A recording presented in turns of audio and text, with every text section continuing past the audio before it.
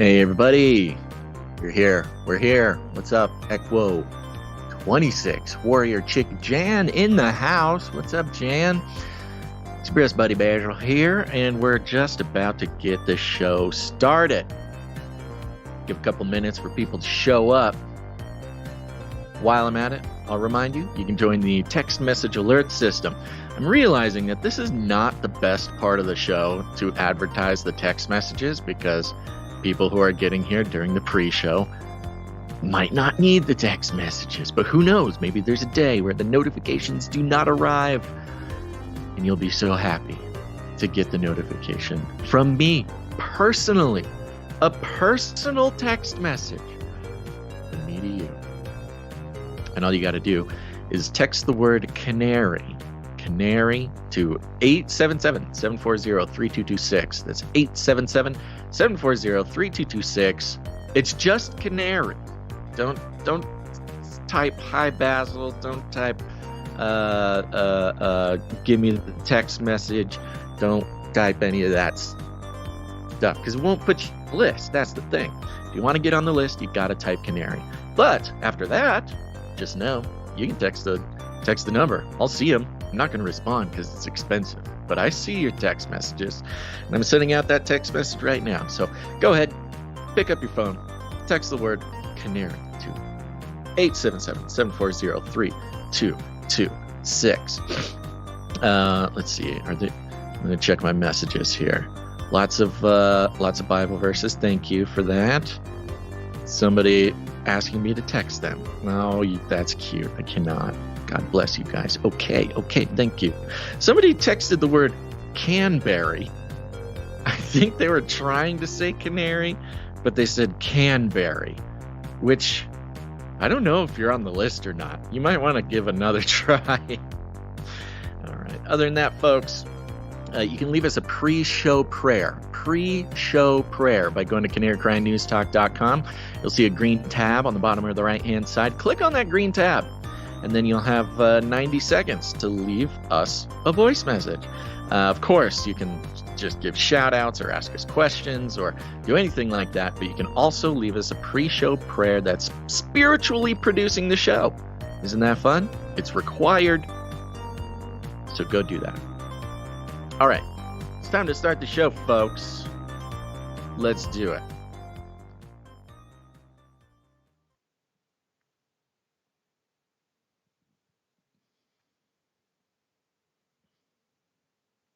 Heavenly Father, we thank you. We love you. We praise you for being our God, being our Father. I pray that you watch over all those listening to this broadcast, that you give us all wisdom and the courage to walk in your ways. We thank you for all that you are, all that you do, and just being on our lives, speaking to us. We praise you. I thank you for all that you are, all that you do, for your mercy, for your love, your everlasting. In your heavenly name, Jesus Christ, we pray. Amen. The world is getting crazier. People are acting more and more insane. The end of the world is tomorrow. Tomorrow. There's only one thing to do when the world is falling apart. Listen to Basil and Gonz as they discuss this week's news and events through the lens of Bible prophecy. You are listening to Canary Cry News Talk. You're listening to Canary Cry News Talk. Today is December 6th, 2023, and we are live to tape on episode 675. 95. And today, 695. 695. Yeah. I was thinking how close we're getting to 700. Yeah. And I just threw a 7 in there somewhere. 695. And today, explosionism. Signing on from Off the Grid, Razzle Dazzle. I'm your best buddy Basil, and you are not crazy. And my name is Gonz, director of the Age of Deceit films, your favorite Asian provocateur for Christ, live to tape from California to bring you the best news, which is the gospel message of Jesus Christ, while reporting the egregious with a well-rounded, biblically grounded take on world events and today's emergent phenomena. Boom, world order. Whoa. Very clever. Lots of Very clever, explosions. very good. Yes. We had Woo last episode. Now we have Boom. It's all coming together, Basil. Wow. It's all coming together. Makes more sense than ever. Okay, we're going to get right into the show here. So let's go ahead and let YouTube that we're not dangerous. It's time for a disclaimer. Now listen up. YouTube. That's right. And just for all the content moderators and censorship managers out there, be they robots or humans, everything you hear on this show comes directly from the mainstream corporate news media. We do not claim to be experts on healthcare, geopolitics, military strategy, corporate law, or the moral and ethical implications of any of these topics, nor do we implicitly or explicitly support or subscribe to any sources or narratives containing misinformation, disinformation, or malinformation, as defined by the Department of Homeland Security. We're good boys. All right, YouTube, we're good boys. That's right, and here is a quick rundown. Oh, look, here's Basil. Let me bring you up to speed. Alrighty, we're starting off with some big news of the day, and as always, we get to say, told you so. But something that comes as no surprise, but is no comfort whatsoever. First of all, there's some rumblings in the jungle over there in the U.S. military, and dozens of service members suspected of advocating overthrow of the U.S. government, says the DoD. Okay, don't know what that means, but we'll find out. And then Dick Durbin, oh boy, does he have a plan to both bolster the U.S. military numbers and put some undocumented immigrants to work. I bet you could do that math. Then, the first humanoid robot factory is opening up. Watch out, folks. And the show could not be complete without talking about the explosion. You know the one, the explosion. Or maybe there's many explosions. We're going to look into the spurt of explosions going on in very particular parts of the country. And then we're going to be talking Gen Z, baby. It's Basil's Bunker. The preparations continue, and it's confusing the establishment. Then at the end of the show, of course, Nephilim Antarctica. You cannot deny it. But first, Guns, our lead stories. Armageddon's on the way. Aliens. Armageddon's on the way. We're going to kick it off with a story from Stars and Stripes. Is that what we're doing first? Okay. This was a very interesting story because the video is out there. Nuts. I should have just sent you the video. Yeah. Maybe I can pull it up real quick. But the video's out there. It's floating around. It happened. It's real news, but the mainstream corporate news media has absolutely no interest in reporting on this story. So it's mostly popping up on, military websites. Like patriotic outlets and stuff. Well, not even patriotic, like official military websites. Okay. Like military.com, Stars and Stripes is a little bit more of a patriot thing. But, these websites that focus on military news. Mm-hmm. And so it's all over the place, but definitely not going to see it on CNN. Well, we might later. What's that? I say we might in a few days, depending on how this, the public reacts and everything. But continue. Let's hear what Stars and Stripes has to say. Yeah. Well, the archive link that we have here is not working for me. Okay. Not sure why it's an archive. Did Stars and Stripes have a... Yeah, they have a little paywall thing. I have it here. I have a thing here, the headline. Nearly 80 service members suspected of advocating to overthrow U.S. government DOD investigation finds. Interesting. Okay. The Defense Department investigated 183 allegations of extremist activity among service members in the past year, including 78 cases of service members advocating for the overthrow of the U.S. government, according to a Pentagon audit published Thursday. In addition to the 78 allegations involving troops wanting to overthrow the U.S. government, the Inspector General for the Defense Department reported 44 instances of service members advocating for terrorism and 22 cases of service members advocating for or committing violence to achieve political, religious, or discriminatory goals. Interesting. Okay. Yeah. Now, it's very interesting because I could not find a single quote or even a single sort of specific example Yeah, I would like to of know how it's being summarized. Achieve political, religious, or discriminatory goals. It's very broad. That is a yeah. generalization. I mean, it could be as much as saying like, "Hey, we need to. Biden is old and needs to get out there. We need a new president." Right. Because I think in the context of the military with the sort of strict rules on their behavior, a soldier saying that Biden needs to be replaced, I mean, that could technically be taken as very serious because Well, they're especially supposed to be ultimately subordinate to the president. Right, especially if fights break out and the drinking, they get into an argument that could be Sure.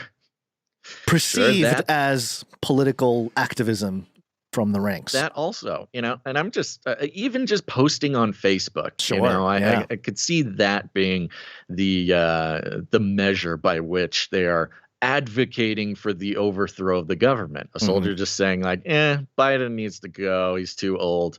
That could be technically considered. And as we've seen, the just total madness when it comes to the military and, throughout COVID and all the control of speech and control of everything.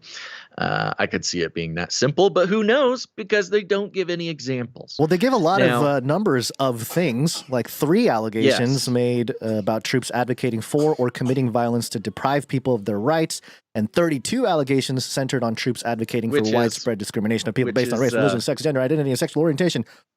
Yeah, deprive people of their rights is, need an ID to vote. Right. That's, of course, counts as depriving people of their civil rights, requiring them to have a legal government ID to vote for the president. Yeah. I mean, that's why I think that's why they're not giving us any examples, because it could be as simple as that. Yeah. Interesting numbers that I found, Gons, 130 soldiers in the Army, suspected of participation in extremist activity. The Air Force suspected 29 airmen. The Navy and Marine Corps reported 10 service members each. And the Space Force. The Space Force reported 4 guardians for extremism. Guardians for extremism. That's fantastic. I love that. That is great. I wonder if Jason P. Lowry is considered a guardian for extremism. You know who Jason P. Lowry is?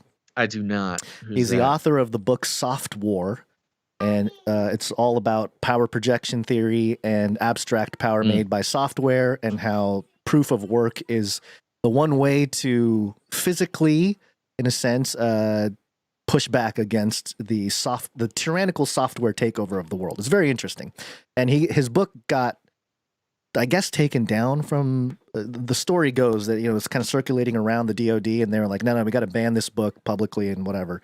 And and then the guy got recruited. Jason P. Lowry said on X, like July or something, I've been quiet because I've been working on something, more to come or whatever. But very interesting. But I'll talk more about that in another situation. Yeah. But yeah, it just comes to mind because he was Space Force. This is the reason why I bring it up. Here's a couple of examples of the horrible extremism going on in the military. It says the report comes after the Inspector General in August released a report that showed military recruiters sometimes skip steps to screen out enlistees affiliated with criminal gangs or extremist groups. That audit found that 53 out of 129 applicants, or 41%, weren't interviewed about their ties to extremist groups or gangs. So they're trying to say that 41% of enlistees 53 didn't disclose or weren't even asked to disclose their gang affiliation or their whatever jihadi ties. But if they're extremist, the definition of extremist groups we've seen in the last few months have included anyone who identifies as MAGA. So is that an angle here? Yeah, that too. So like if you wore a MAGA hat and you're trying to join the military, you're all of a sudden an extremist group, and if you weren't interviewed about it, you're part of the 41%. This huge problem. Let me list a couple of things, and we're going to go into the next story. And I popped a link in there for a video that I think will be a little bit more engaging than us just reading it. Okay. So you've got 41% weren't even asked about their affiliations with gangs and other things. Let's see here. 4 allegations involve service members encouraging other military personnel or DoD civilians or contractors to break the law or disobey orders to disrupt military activities. This is so general, so broad, so unspecific. One example of something they might be talking about is, somebody posts on their Facebook, hey, I'm not going to shoot American citizens if I'm told to, and you shouldn't either. Boom. That's service members encouraging other military personnel to disobey orders. So, the fact that there's no specific examples being given is a big problem. And it's even a big problem. Remember the 2 examples, involving service members encouraging to disobey orders. 41% of them weren't even asked about their ties to extremist groups or gangs.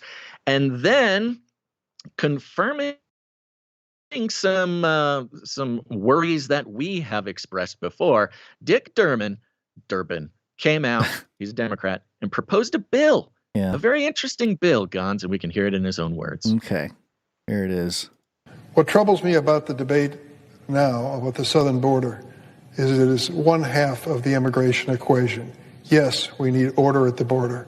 Yes, we need to have changes in the laws that reflect the reality of the overwhelming numbers from all over the world who are coming to our shores and our border. But there is also an incredible demand for legal immigration into this country even now. The presiding officer, my colleague from the state of Illinois, has legislation which addresses one aspect of that.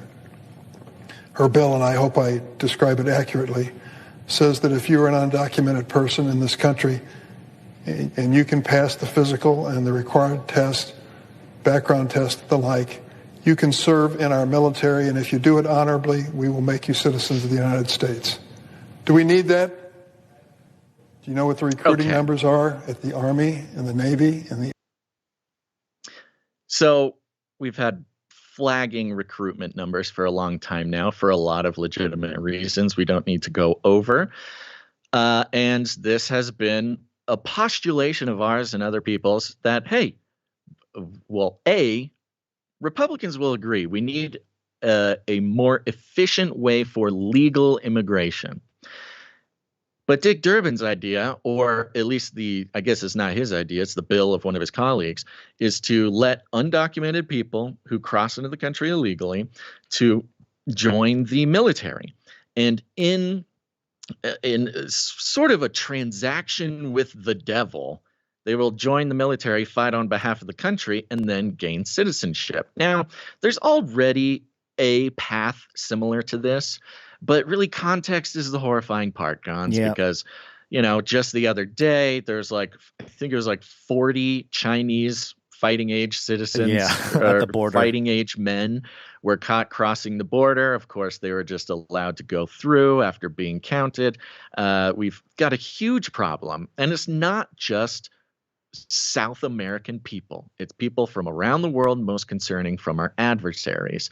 And now Dick Durbin says, hey, we can kill 2 birds with 1 stone, allow all these fighting age men into the country, give them legal citizenship, and they can fight on behalf of the U.S. military. Now put that in context of the report from before, the one of the things, there's a couple of things that give American citizens hope that the government will not go full-on fascist, military state. And that is, A, the Second Amendment, and B, the fact that American soldiers have long-standing loud comments about how they will not fire on American citizens or flex military power on American soil. This is something that almost every military guy that I know, we've had this conversation, and they say, no, we wouldn't do it. Nobody we know would do it.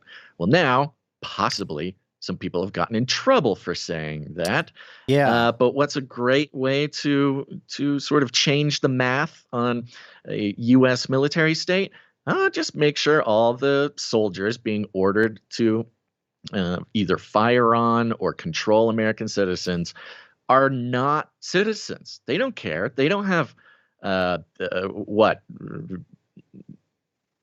The same kind of loyalty. patriotic loyalty upbringing. to the country. Yeah, they weren't. Yeah, they didn't have the same patriotic upbringing or the mythology that was taught to us of the country. Yeah, the same. Yeah. It's true. Yeah, it's almost like hired goons to or God to orchestrate the Civil War. Got some foreign nationals coming in specifically for this reason. I mean, there you go. It's a huge national security issue. Now, will this pass? I don't know. But as far as the things we've seen pass recently, it would not surprise me if it does. Yeah. Yeah, and I think, it's troubling all around, especially going back to that Stars and Stripes article. There's a thing at the bottom here. First of all, it talks about the Pentagon here. The Pentagon officials have said they know extremist groups, especially far-right and anti-government organizations, seek out military veterans and push their young followers to enlist so they can receive military training. And the Pentagon itself, I have a note on that in a second here, but it says the report also states that the Defense Department investigated 58 allegations of gang activity across the military, quote, until implementation of standardized processes occurs, the DoD will have inconsistent tracking of prohibited activities participation. Yeah. Problems identifying, collecting, and reporting data from multiple decentralized systems and difficulty validating the accuracy of reported data, the report states. Basically saying, we need more surveillance on our people. We need a wellness pass. We need to make sure the mental wellness pass, not just the physical. And they already told us. They already told us that 41% of those soldiers weren't even asked about their ties to extremist groups or gangs. Yeah. The thing they're trying to communicate or whatever is, hey, 41% of the illegal immigrants that we bring into our military to fight for our country won't even be asked about their affiliations with extremist groups, gangs, maybe even foreign adversaries. It's the messages when you put them all together is very concerning. They're all concerning on their own, but putting them together is even it just takes it a step too far for me. It's very interesting how the United States had its sort of golden era of being, the land of freedom and opportunity, and people from all around the world came here for that freedom and opportunity. And now that exact thing is being completely abused for the teardown, the whole teardown of the country, which I think, just to tag some stuff here, there is a woman, I believe, who just won a Grawemeyer World Order Prize. Oh, yeah. A scholar who measures Pentagon's carbon footprint wins Grawemeyer World Order Prize. And, she got an award for the University of Louisville Grawemeyer Award for Ideas Improving World Order, which is a great thing. And her whole thing is the Pentagon's carbon footprint is way too big. Something needs to change. And so, just to tag with some of the stuff taking place in terms of the military infrastructure being overhauled in general, it's a very interesting time to shake things up. That's why you need Greta's vegan grenades. But think about the options here. Some military leaders are going to, we can solve this, immigration problem. You'll have a bunch of soldiers on the ground. You'll have more soldiers. Or do you want robots? Or do you want both? Yeah. Or do you know what I mean? Yeah. These options are becoming a little bit less. It's almost like the California Democrat vote system. It's becoming more evil. Yeah, seriously considered. And honestly, the most evil thing, and this is what the left should be, up in arms about this prospect too, is how twisted is it that you have people, I'll speak from the side of the left, okay? Ooh, not even Basil, a leftist, just a Democrat, okay? How twisted and evil is it to have somebody with so much compassion. Let them across the borders. Don't even ask questions. And once they're here, give them a choice. Either fight and risk your life and fight for this country to earn your citizenship. That's the only way. We cannot give you a test. We cannot we don't have an easy way to make you a citizen. It's a decade-long process, or you can just put your blood on the line for us. Fight for us. And, when an undocumented immigrant is given a choice of, hey, here we are. I'm a soldier. I'm in the army. I could die at any moment, trading my blood and my life for the opportunity to stay in this country for whatever reason, good or bad. It's very like late stage Roman Empire when they started getting like all their slaves.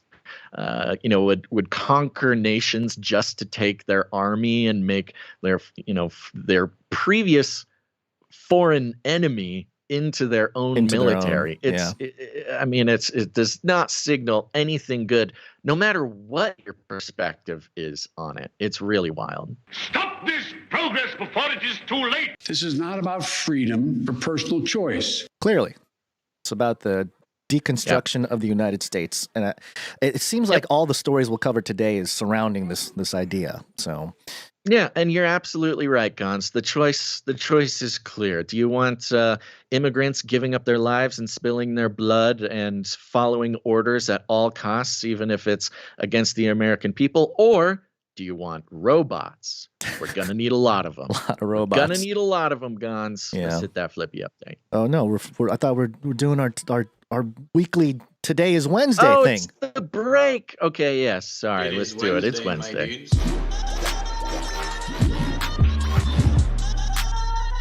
Wednesday.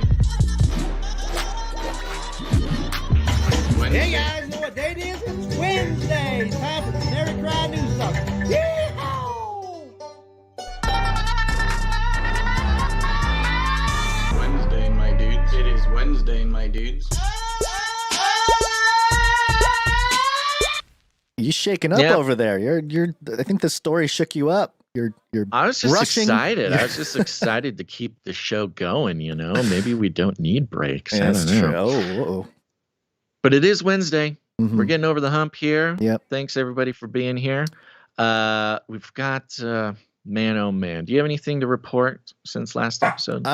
Just that I've been hanging out. There's a lake here where I live now, and I've been hanging around the geese, and it's pretty cool to see these magnificent creatures talk and yell at each other.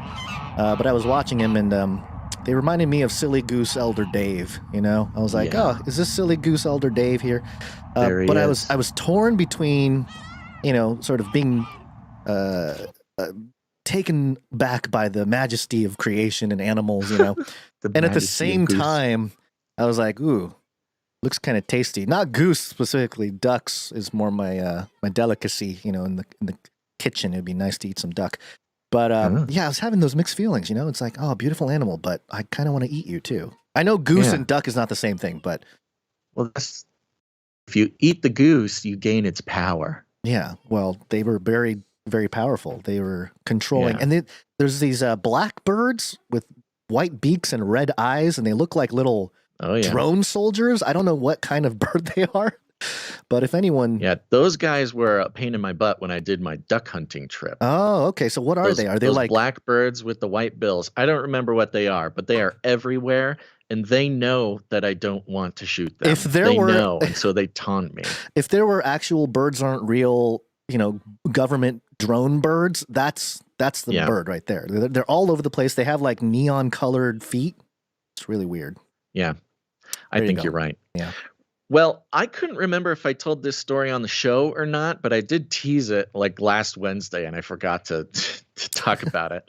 And that is my dramatic goat story. Do you remember this? Dramatic goat story. Which one? Yeah. Did I tell a dramatic goat story on the show? Well, I woke up the other day. It's gotten a little colder, so I've rigged up heaters in all the animals' houses just keep everybody nice and warm. And I woke up the other day, and I'm walking around doing my morning thing, and it's cold, so neighbors are burning their wood stoves. It's not unusual to smell smoke in the air. Well, I didn't think a thing about it. But when time came to feed the goats and all the animals, I went out there. Goat house just on fire. Goat house just straight up on fire. It was a slow burning fire, but it was a fire nonetheless. Were you sure it wasn't? And the goats, goat wasn't a government agent trying to hide his tracks. The goat is responsible. So the goat just could not resist the temptation to lick the heat lamp any moment it got. I mean, these little guys, they are so cute, and their little tongues are adorable. But I kept catching the goat licking the lamp. And so I kept moving it to try to put it out of its reach. But, when the goat has a will, the goat finds a way. So the goat was attempting to eat the heat lamp. It dropped, it broke, it set the goat house on fire. Luckily, there was only about, maybe like 10% damage was done. But, the goats were doing this.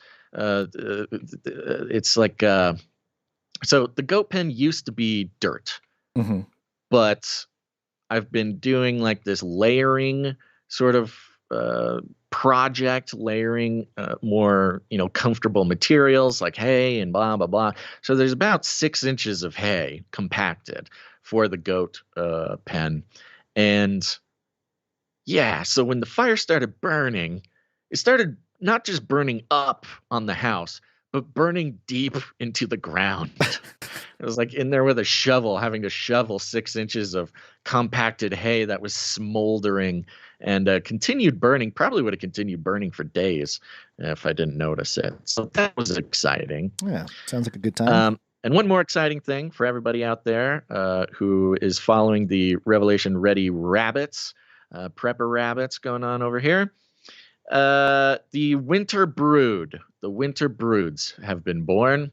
So we got a little tiny baby rabbits jumping around. I got to take a video like your geese next time. Yeah. But the puppies are absolutely freaked out by baby bunnies. Are they starting to possess them and picking them up and running away with them? Losing their minds. Yeah, these baby bunnies, luckily, they got their own secure pen, but the dogs are just out of their gourd about these tiny baby bunnies. I think we have I like to think it isn't because they want to eat them, but who knows? Yeah. Well, maybe the dogs can take them down the proper rabbit trails.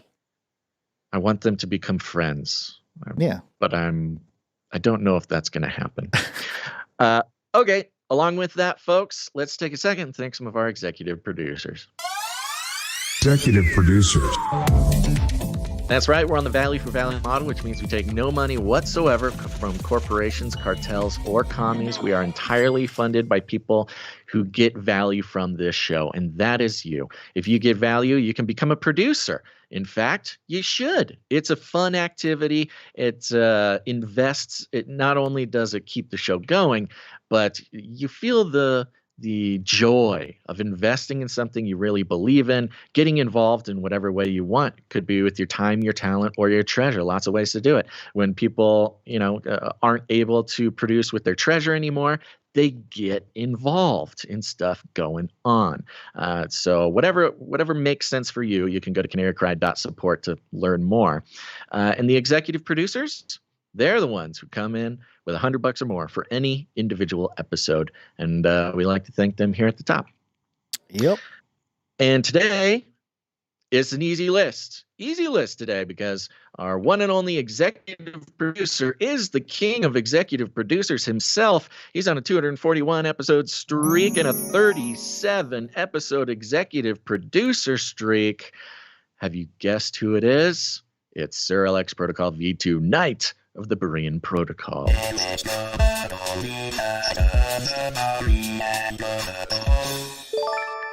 Yes. Oh, yeah. Streakalicious. Comes in with $100.33. Thank you so much. Wow. Sir Alex Protocol, V2 now to the Brian Protocol, executive producer extraordinaire. Yeah. And yeah, just to answer some questions in the chat there, don't worry. I have replaced the goat heat lamp. It is now a goat sort of pad thing. He'll figure out a way. I forget what it's like an infrared or something heating pad. Okay, well, that's it for the executive producers, Gons. Okay. What do you think about today? Do we need to zip through the rest of the producers now? Because we can, or do it during the art section. We can, maybe. I don't yeah, know. let's just do it real quick. Okay. There's some fun bits in here. Okay, let's do it. Okay, these are the remainder of the financial producers. Now, remember, this is 3 episodes worth of financial producers because we have not been able to get to it since last Wednesday.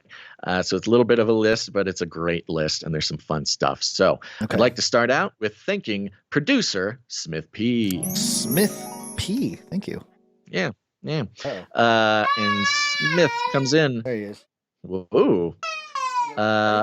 You know, I don't know exactly what this number means, but it is a funky number. And folks, when you use a funky number, that's you telling us you don't mind if we disclose that amount. And so I'm going to disclose it now. It's $95.79.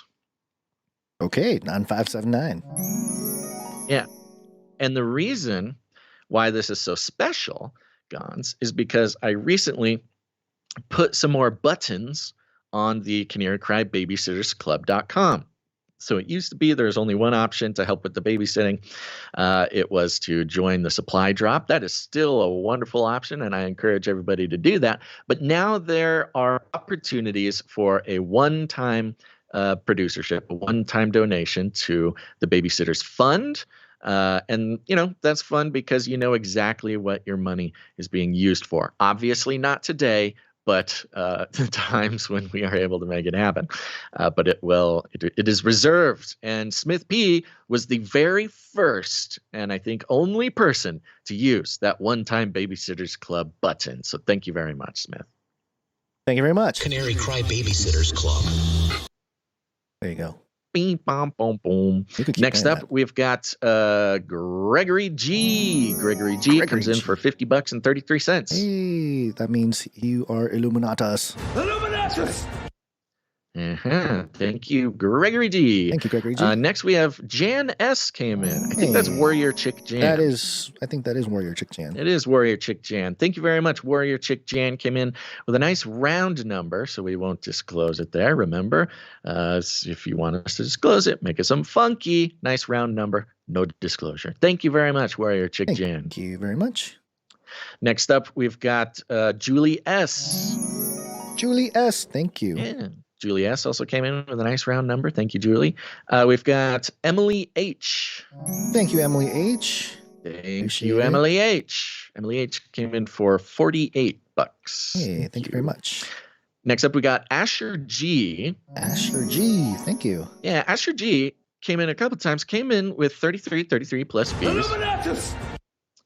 And they also signed up for the supply drop. So thank you very much. Thank you. That makes them a part of the Babysitters Club. Okay, and there's a note. The note says, "Hello, Basil and Gons. I found that my T-shirt council had stopped some months ago, so here's something to make up for that, along with an upgrade to the Babysitters Club. Thanks for all your hard work and dedication to the gospel. Slugginator." Whoops. This is from Slugginator. Slugginator. Thank you very much, Slugginator. Slugginator. Yes. Okay. I will mention this again later on. But for those who are in the Canary Cry T-shirt Council, check your email. Look for an email from us because the vote ends today, and it's absolutely tied between 2 options for the design. Ooh, we need some tiebreakers to come in, and it needs to happen today. Check your email. Look for the poll. Take the poll. Choose. The power is yours. You are the most important people in the world. Very cool.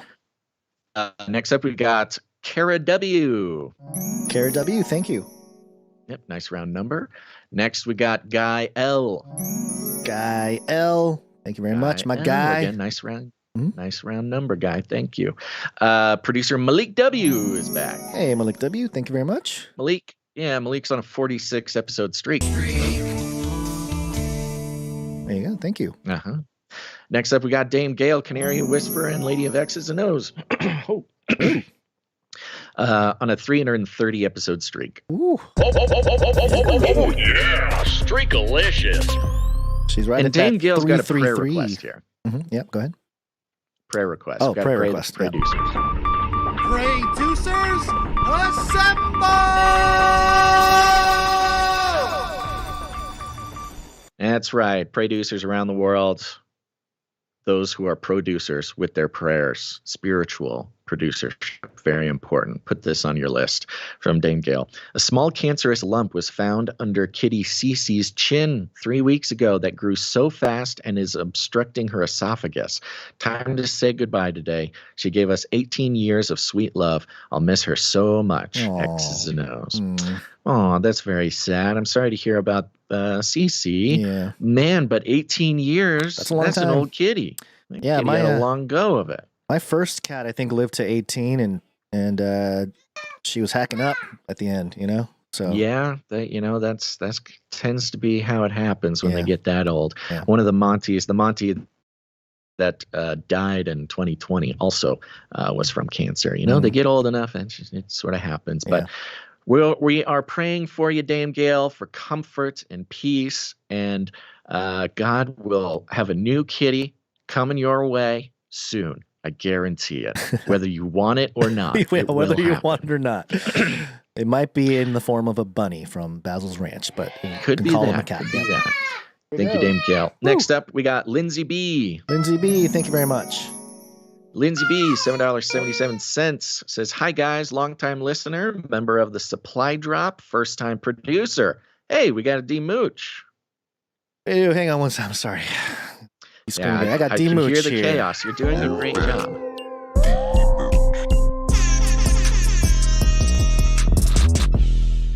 There's your D-Mooching, Lindsay B. Thank you so much. Uh-oh. Remember, folks, if it's your first time financially producing the show, let us know. You get that D-Mooching. It's an honor. Next, it continues. Note continues. May I please inquire on how Dr. Christopher and his family are doing? Thanks a bunch. Much love and prayers. Yeah, I mean, you can certainly send an email to Dr. Chris. I'm not so sure how much I can say. I will say, if you were listening to Ravel, Dr. Christopher is my co-host there. You'll notice no episodes recently. Dr. Chris, after getting his pastorship and planting a church and having a kid, things got busy for old Dr. Christopher. And around the time that I had my hospitalization is when Ravel took a hiatus. But as far as I know, things are going well. I will reach out to Dr. Chris and see if there's anything he'd like to share. Thank you, Lindsay B. Next up, we've got Progress, Not Perfection here. Progress, Not Perfection, coming in for 1234. That's 1234. Hi, fellas. 2 Timothy 1:7 comes to mind. For the Spirit God gave us does not make us timid, but gives us power, love, and self-discipline. During this challenging and amazing time of Advent, may you be blessed. Wow. Thank you very much. Progress, not perfection. And yes, all shall be blessed here. It's Advent. It's coming. He's coming. Thank you very much. Progress, not perfection. Last but not least, we got producer Travis H. Travis H comes in for $7.77. Cool. Yes, babies or something's going on. Thank you very much, Travis H. I did not see a note from Travis H. Just doing a quick check because I'm curious. Nope. Okay. Other than that, that's it. That's the list of financial producers for the last 3 episodes who have come in the amount of $7.77 or more, which entitles them to have a note read on the show. But we got some people who came in under that. We'll read their name and their streak now, starting with Doctor Who Dundat on a 34-episode streak. Sorry which about means that. I had to step out for a second. That's okay. Back. Which means we passed his 33 episode streak. So he is now an illuminated lizard master shield.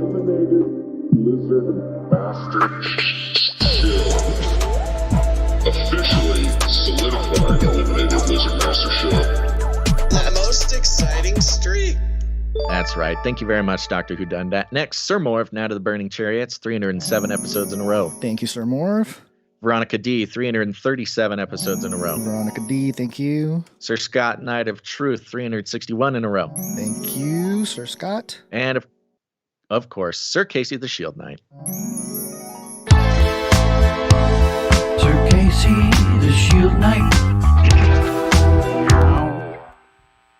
There you go. 376 episodes in a row. Thank you very much to everyone who saw fit to produce the show in the last 3 episodes. It means everything to us, especially not just the finances. I mean, the finances are an enormous part of it. We couldn't do it without you. But just the fact that you took the time, it was on your mind, and you made the choice to put your resources, which are not in big supply these days. We totally understand that. And that's why every single financial producer is a treasure to us. To learn more or produce the show, go to canarycry.support. Canarycry.support. Yep. And remember, it's value. Whatever you get out of the show, pray about it. You can put whatever number you want on it and put that value back in. Or you can make some art and or volunteer your time to the show. We got all sorts of stuff that needs doing. But that's it, Guns. Okay. Just a reminder. No reminders. All I right. forget what I was reminding. Okay. But I'll remember someday. All right. Well, thank you to all the producers. We really appreciate you for dedication to keep the show going. So thank you. And Flippy time? Flippy time. Flippy update. Do you want fries with that?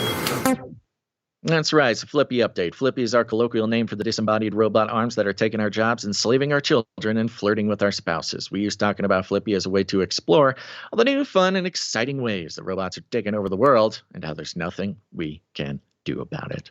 I have not memorized anything and recited it from memory as much as that in my whole life. When I get to heaven and I get my cool sheet of stats that the Lord gives you, all the stats from your time on Earth, that will be on my statistics sheet, how many times I said that. The headline, the first humanoid robot factory is about to open. Dun, dun, dun. Seems like quick it's, one, but an important like one, folks. Seems like this is not a new thing, but okay. Well, doesn't it it's an feel like update. we've had robot factories already? No, there are no mass production robot factories for humanoid robots at this moment. Okay. A factory planning to pump out 10,000 two-legged robots a year is taking shape in Salem, Oregon. Oh, boy. Yeah, that's right. Bet you expected it to be in China. No. It's in Oregon. The better to help Amazon and other giant companies with dangerous hauling, lifting, and moving. And, of course, the U.S. military for a compliant soldier force that you don't need to give citizenship. Oh, maybe they will. Yeah, We've talked about robot citizenship. Maybe they will offer citizenship to these robots once they are marching down our streets. Yeah, especially if they fight for us. Yeah, spilling their robot blood. Robot juice, yeah. Agility Robotics says that its RoboFab manufacturing facility will be the first to mass-produce humanoid robots, which could be nimbler and more versatile than their existing industrial counterparts. China think so. Beijing recently announced a goal of mass-producing humanoid robots by 2025. The robot wars are coming, folks. Agility Robotics, which makes a bot named Digit that's being tested by Amazon, plans to open RoboFab early next year. 2024. Opening, not just being constructed. They open the doors and start cranking out robots next year. This is what we're talking about, folks. We've been talking about robots for a long time, and the time had come where we stopped talking about robots taking over in a far-off future. It is opening next year, which means 10,000 operational humanoid robots by Christmas next year, inaugurating what CEO Damien Shelton calls the world's first purpose-built humanoid robot factory. We have listeners in Oregon. We should have some boots on the ground. Go to the opening, the cutting of the ribbon. Is it going to be a robot that cuts the ribbon?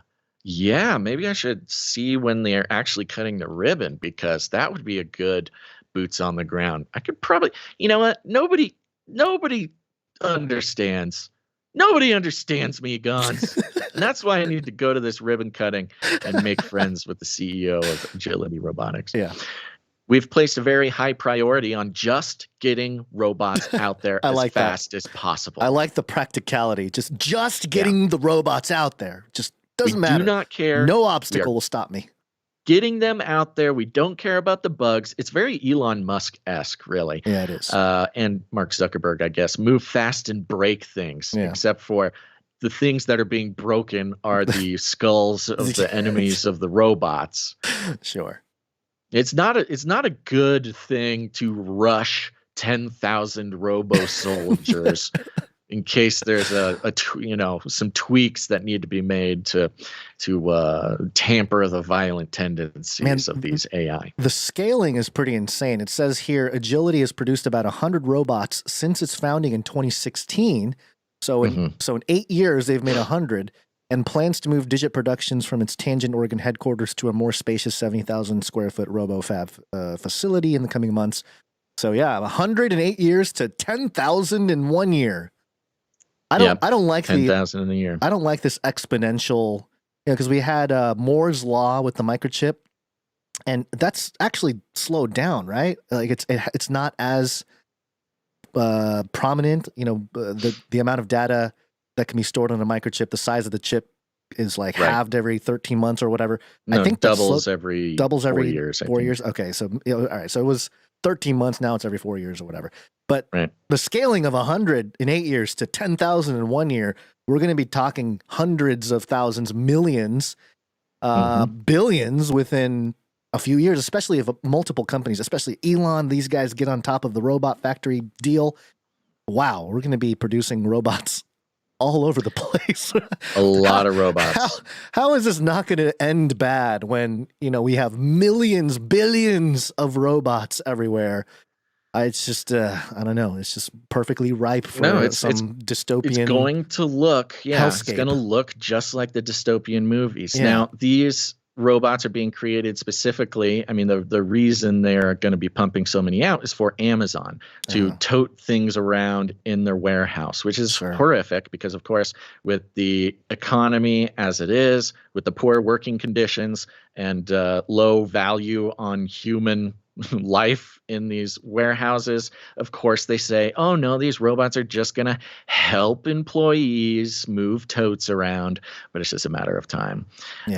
Just a reminder, Digit is 5 feet 9 inches and 140 pounds, can walk over and plug itself in when it needs to recharge. That's fun. Digit the one that crumbled and fell? Yep. Okay. Yes. Yeah. It was the one that was made a mockery of, which makes it even more dangerous. Yeah. The one that everybody laughed at for falling, 10,000 of them a year. Here we go. There is nothing more dangerous than a robot scorned. Oh my And gosh. this robot was the laughing stock of the internet for a cycle. And Digit does not forget. Digit does not forgive. So you made fun of me. Now I multiply. Yeah, it's going to be good at building himself. Yep, there you go. There is your Flippy update for the day. All right. Well, going back to some earlier conversations here and tying some things together, there's a lot of explosions taking place.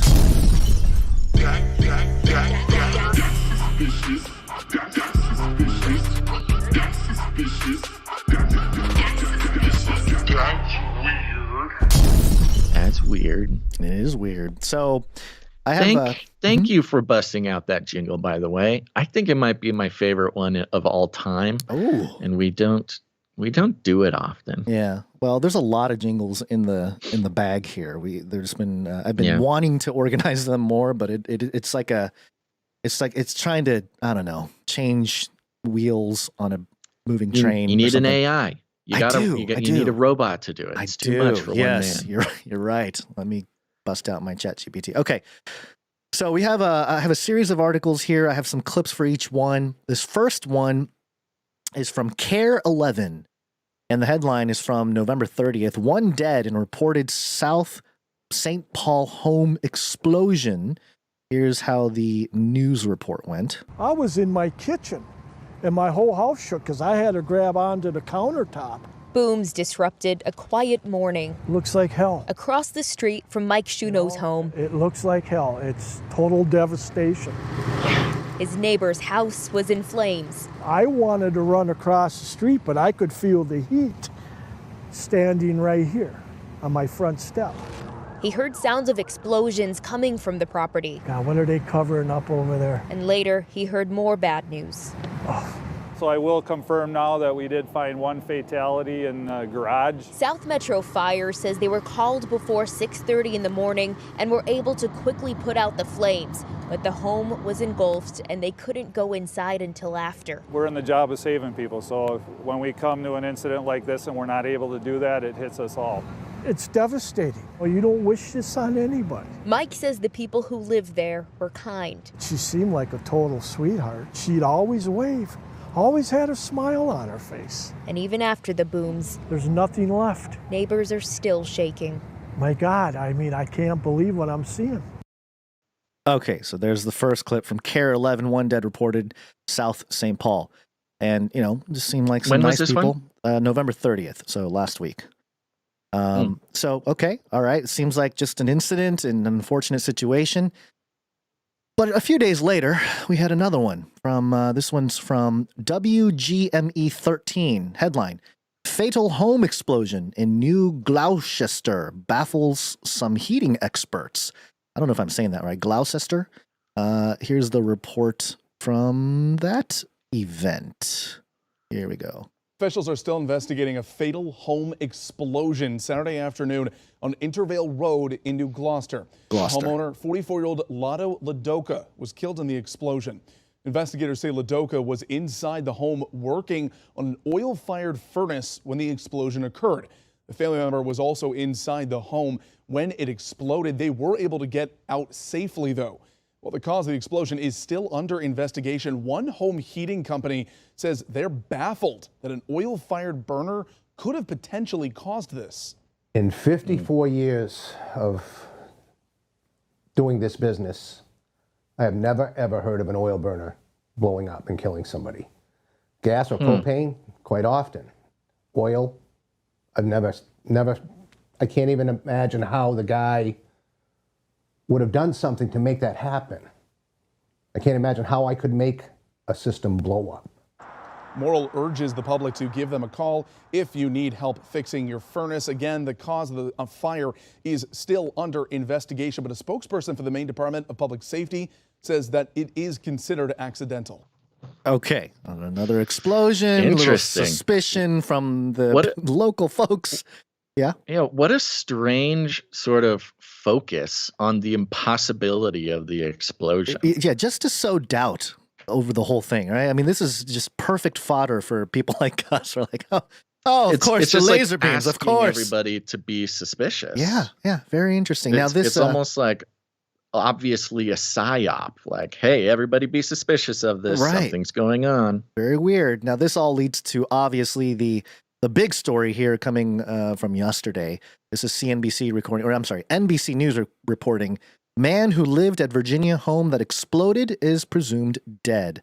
This was quite the spectacle. The footage is crazy. I mean, the whole thing. Here's how NBC News reported it. Neighbors in Arlington, Virginia feared this was going to end badly. Just after 8 o'clock Monday night, it did. A massive explosion lifting an entire home off its foundation. Okay, first of all, something that No Agenda does a lot, they point out the explosions, and especially like foreign policy reports. There's always like rockets and stuff exploding in the background in news reports to incite that fear in the people watching, where it's like, oh, wow, yeah, rockets and danger and violence. It's interesting because in this case, this is just raw footage of this house just exploding. This is a crazy piece of footage that yeah, I mean, talk about trauma, mind control type of stuff. This is in your face. You can see it. It goes into free fall. The house like collapses in free fall. It's crazy. Very suspicious. Very crazy. And badly. Just after 8 o'clock Monday night, it did. A massive explosion lifting an entire home off its foundation.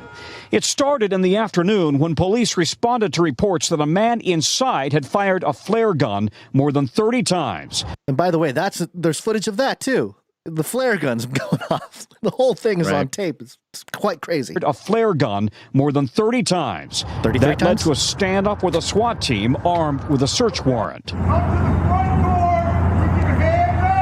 Then the enormous explosion that shook homes for blocks. We need all fire apparatus so we can get the house has exploded, I believe. This afternoon, police identified the suspect as 56-year-old James Yu, who several neighbors say acted erratically, covering his windows in aluminum foil. Police also confirm he posted online conspiracy theories. The suspect was inside the residence at the time of the explosion, and he is presumed at this point to be deceased. Thomas Joyce lived next door and says he wasn't surprised by the massive blast. He was not a... Hold on. He was not surprised by the massive blast? What? That's suspicious. What are you talking about? He was a weird guy. I'm not surprised that his house exploded. Just a strange fellow over there. Yeah, does he explain it? Why? Here, I'll play the whole clip of him Door talking. And says he wasn't surprised by the massive blast. He was not a stable individual. Police say That's it. He was not a stable individual, so I'm not surprised that his house exploded. That is crazy. You're not crazy, to folks. not be surprised. Look, there's unstable individuals, Sure. And I don't know if you had planned to get in on it, but the things that this guy, and we'll get more into it, but this guy, of course, was known to law enforcement. Yeah, what he was known to contacted law FBI. enforcement about was sending incessant, innumerable emails to government officials. Yeah. He just apparently spent all day emailing government officials. Yeah. And okay, yeah, that's a little unstable. But to equate that to his house blowing up as not a surprise, that's quite the leap. What it says is there's something that they are not telling us. Actually, I don't even think the guy that they have the clip from said that. I don't think he said, I'm not surprised. I think they're putting words in his mouth because it's the narrator that's saying he wasn't surprised. And then that, 5-second clip. Yeah. So, that makes it even more of a media construction. Yeah, let's hear it one more time just to make sure that we're not crazy over here. 56-year-old James, windows in aluminum, conspiracy theories. The suspect was inside the residence at the time of the explosion, and he is presumed at this point to be deceased. Thomas Joyce lived next door and says he wasn't surprised by the massive blast. He was not a stable individual. Police say Yu had no known criminal record, but had a history of filing unsubstantiated complaints with the FBI. Police still searching for a cause of the explosion. Which the footage here where they're talking about the investigation of the cause of the explosion is like an officer or something leaning down and picking up like a card or something off the ground. I don't know what that has to do with the investigation of the explosion. Kicking some rocks. Yeah. Kicking some smoldering embers. His sunglasses fall off. I don't get it. But so you had found some interesting.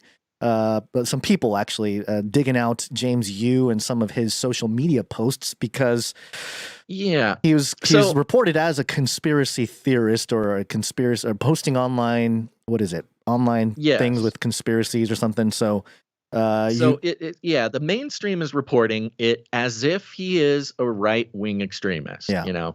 They may or may not, I believe some outlets mentioned right-wing, but they're all using the code words for Trump voter. Right. Conspiracy theorist, whatever, wants to overthrow the government, blah, blah, blah, all this kind of stuff. They're implying that it's a right-wing guy. Yeah. But as people started digging through it, and there's a lot of people, looking through his social media and stuff like that, and it turns out he was a total left-wing nut job. His sorry, I don't have it up right in front of me, but his he's a George Mason University School of Business here. He's got hashtag purge them, quoting Noam Chomsky. Yeah, right.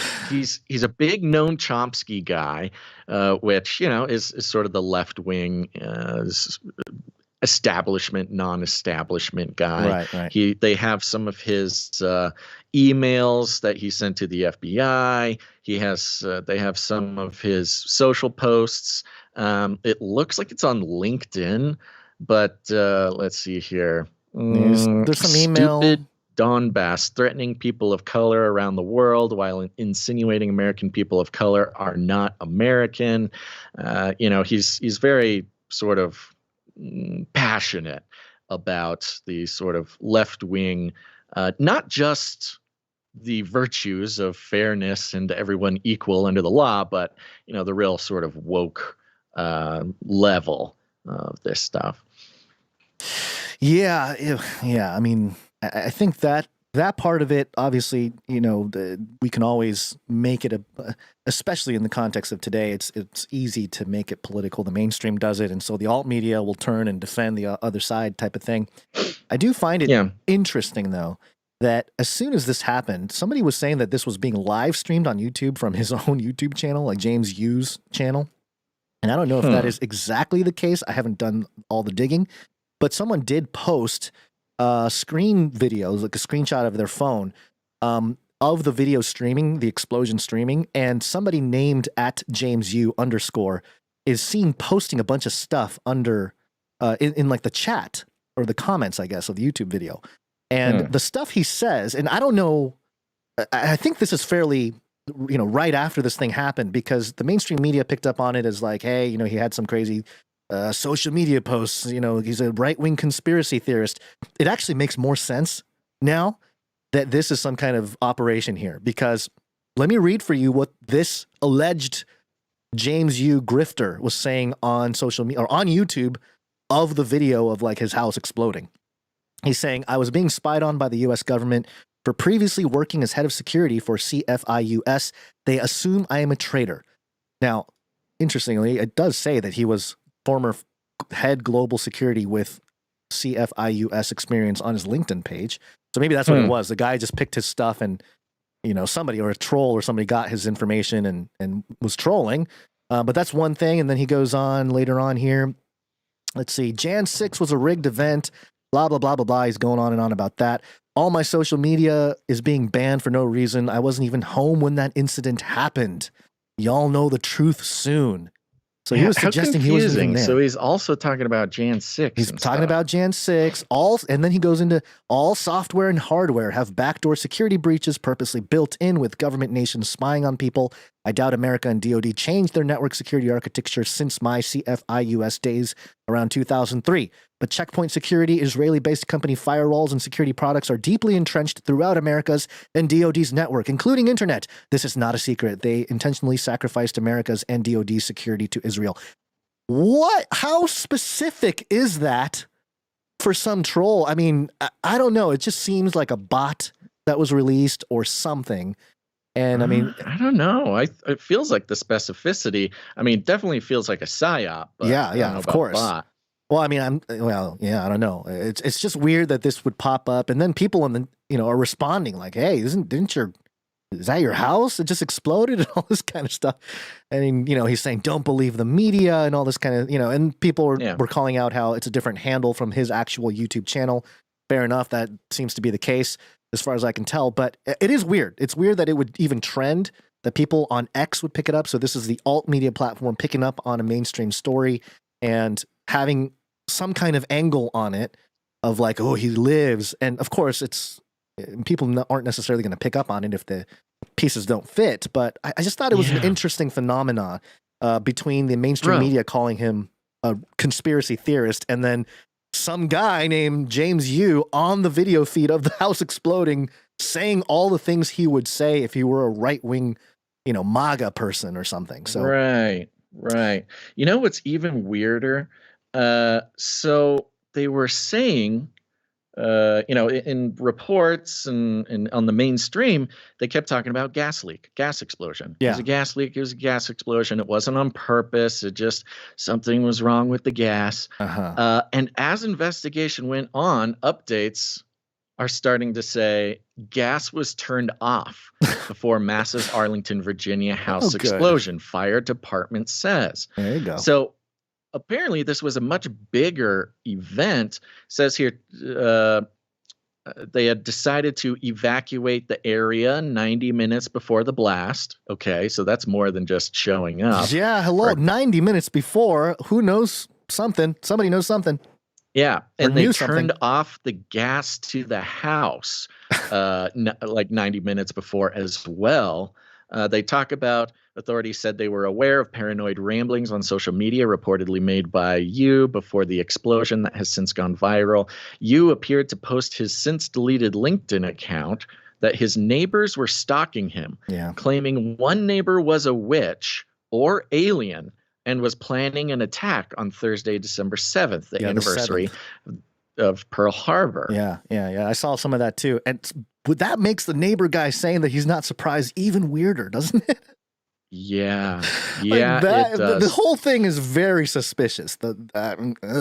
Weird. So the whole, and again, you watch the explosion. It's very weird. Very dramatic. Just immediately flattens in free fall. The gas wasn't turned on. He's shooting flare guns, obviously to get everybody's attention. Yeah. And when the cops show up, the second they open the door, a gas explosion? No, the gas was off. He had rigged this place. He had totally rigged it. This is so bizarre. Now they say that they found, his body burned in the thing. I'm always suspicious of that because, if a guy goes through the process of rigging his house to explode, firing flares to get the police to come to the house, I mean, you'd think he has enough forethought to have an escape route or something. I don't know, man. This is weird. The whole thing is very strange, and we don't know anything much about this guy's background or anything other than what's being reported in the mainstream right now. So he went through divorce and yada yada yada. But yeah. I don't know. We'll probably never know exactly what's going on. But this is the kind of thing, I talked to a lot of people over the years, just, people that want to chat at conferences and stuff like that. And there was one person that a few years ago, I think it was even before COVID, they wanted to chat with me, and they were saying that and again, I don't know if any of this is relevant or not, but they were saying at some point they're going to start blowing up houses all over the country. And they're going to say it's going to be nukes or something like that, but they're going to start doing that because they have some system in place underground, basically, and they can manipulate some of that to get certain properties to implode. So that's kind of what struck me. The whole gas sort of utility system is kind of that, but yeah, it is weird. I know, but yeah. And putting this in context of, that part of the country trying to ban gas on all new houses, get rid of your gas stoves. Yeah, and that was kind of my landing spot, which was this is great stuff for, hey, we need better infrastructure. The infrastructure bill is in place. The money's, ready to be deployed for certain things. You got Biden walking on bridge, appearing in places right as they crumble or whatever. Conveniently, right. And maybe putting all about the smart grid. Exactly. All the smart meters. Got to get the smart meters to make sure we're tracking everything, because otherwise we have no idea why. We have. And again, if you combine all the stories of these explosions, especially that second one, where that guy, the guy who works at a gas company, who was like, I've never seen anything. I don't even know how you would do that with oil. Hey, put a smart meter in there. We'll know exactly what happened with these types of situations. So, well, speaking of crazy people, okay, all right. And the oncoming beast system, let's check in with Gen Z. Oh, good. Speaking of the beast system, beast system. We've seen some inklings of this before, but apparently it just continues to become a talking point, a psyop point, maybe even a point of the left and right coming together to agree. Coming together into the bunker. That's kind of Everybody's what welcome. it feels like. Yeah, the left and right coming together to hide in the bunker. Oh, gosh. This is coming from New York Post headline: Why younger Americans are stockpiling supplies ahead of 2024 election. Society unraveling. Listen to this. They give us kind of the regular, doomsday prepping New intro York here. Post, yeah. Doomsday prepping is seeping into the mainstream as Americans. Oh my gosh. Okay? It's like we can't say a single thing off the cuff on this show without it coming true like 2 or 3 years later. It's insane. Yeah. Doomsday prepping is seeping into the mainstream as Americans of all ages and political persuasions are becoming increasingly worried ahead of the 2024 presidential election about the prospect of a civil war. Hoarding food, water, and weapons was once associated with libertarian extremists. But as a rematch between President Biden and his predecessor, former President Donald Trump, seems all but inevitable. I don't know about that, New York Post, but okay. Prepping has become a bipartisan activity. Oh. According to a Monday USA Today report. Bipartisan. See, this is the kind of cooperation we need in this country. And I'm actually being honest about that. That's not even satirical. I think this is a good sign. I think, is this, hold on, let me see if this is. Look stylish, feel smart. Basil's bunker. There you go. Yes, and trust me, this is the point that I'm making about this. Basil's bunker, it is time. I'm thinking maybe a good way to do it. So Basil's bunker, of course, folks, is an idea for a prepping company that I've wanted to do for many years now, and I'm too busy podcasting to make it happen. But, like a monthly subscription to where you can slowly build up your prepper gadgets and supplies and things like that, all in sort of a fun type of way instead of having to go to the weird prepper store, especially for people on the left who are new to it. But this is what I've been saying. Prepping is a bipartisan activity. I like this. And so much so. What? I like this idea of catering to the left, prepper gear catered to the left. It's an untapped market. You got all these lefties. That's what I'm saying. They don't know what to do. Come to Basil's bunker. Make it friendly, make it fun, just take it easy. You don't, because all the prepper stuff, especially online, it's all very intense. It's always a huge guy with a beard wearing, an upside down American flag hat and like, okay, brother, here's what's coming in today's prepper box and stuff. And that's cool. I love that. I have spent money on those guys. Yeah. But, get a little bit more of a sort of softer, trendy, sort of younger face on the thing. Maybe a guy in a VR headset, and put together some prepper stuff that might fill in the gaps. All right, thinking about it. Keep an eye out. If anybody wants to join me in this business venture, send me an email, canarycryradio@gmail.com. Okay, quote, on the left, you have people afraid Trump's going to declare himself dictator of the United States. And people on the people on the left are going to end up as targets in some sort of authoritarian system. Okay. Oh, the irony. The irony is the just melting off of their fingers. Go ahead. Yeah. Quote, on the right, it's general malaise. Oh, really? Really? So on the left, it's Trump's the dictator. He's going to kill and execute leftists. We got to prepare. On the right, it's just sort of a general malaise and fear of society. You know what it is? It's the fact that the right has been associated with this movement for so long that it feels like malaise, It's uninteresting. It's become normalized so much that saying that society is unraveling is sort of, it's at some point they're going to be right. I mean, they have boring been right. for this guy to try to explain the right's prepping. He's much more interested in the details of the left's prepping, which honestly I am too. At this point, no, you can really research. Yeah, you can do some stuff.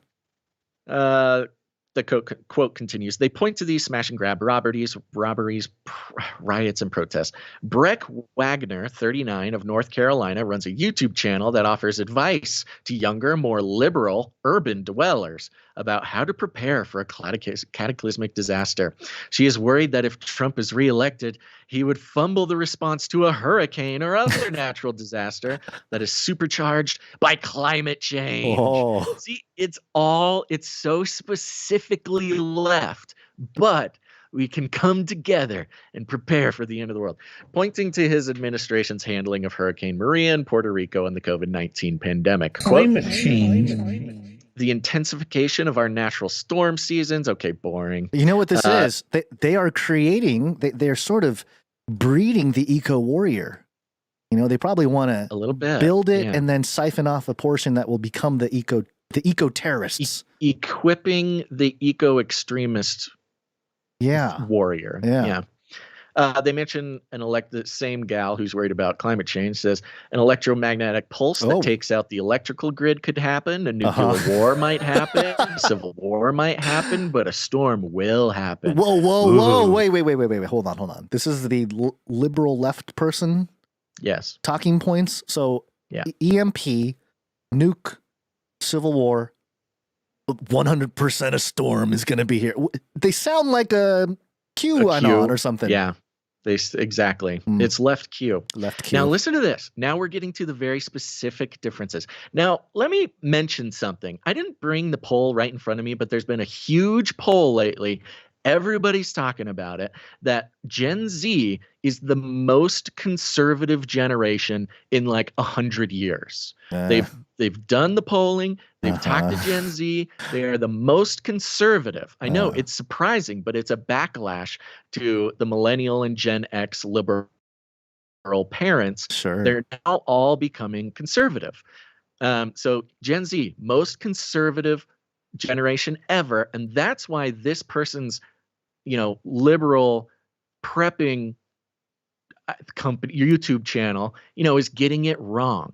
But let's keep going.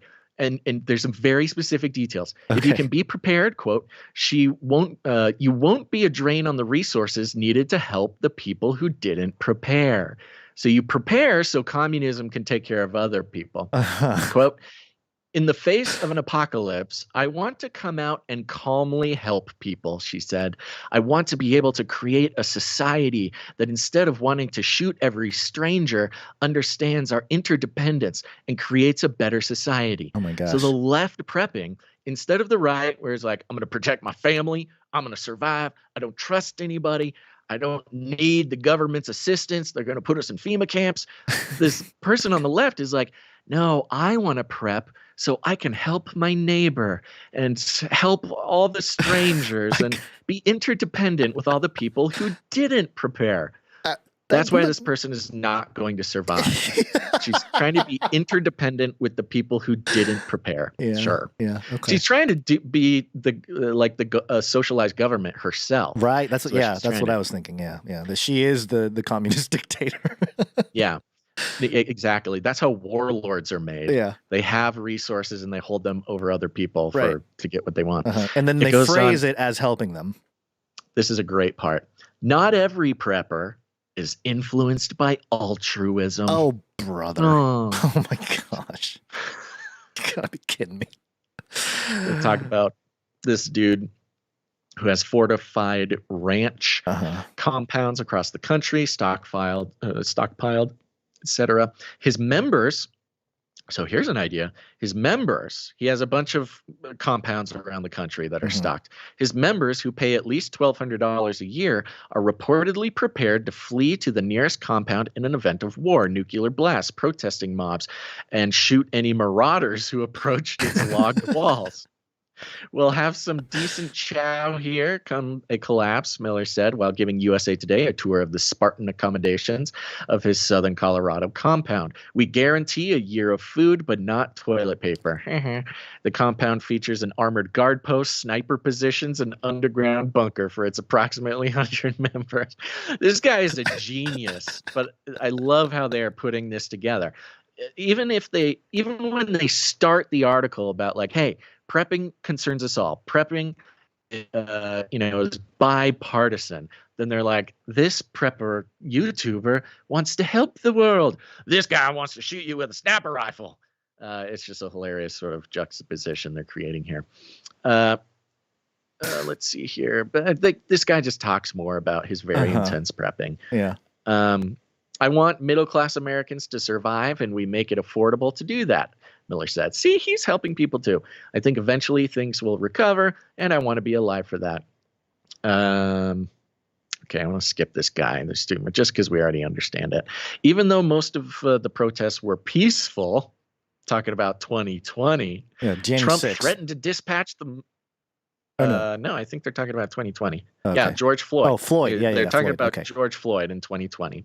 Even though those were all peaceful, Trump threatened to dispatch the military to clamp down on demonstrators as many cities suffered property damage. That's a gentle way of putting it.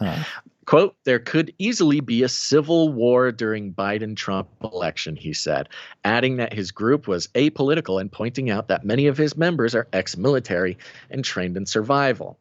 Over the past year, younger Americans have outpaced baby boomers and Gen Xers in prepping for doomsday scenarios. So polls show Gen Z, most conservative, also outpacing everybody else in prepping. You got all these young preppers out there, which has blossomed into an 11 billion annual business in the U.S., according to Finder.com. Some 39% of millennials and 40% of Gen Z had spent money on the practice, meaning prepping, in the past 12 months, compared to 29% of the overall adult population. In 2017, years before the COVID-19 pandemic, only about 25%. So, yeah, we get it. Prepping's more popular.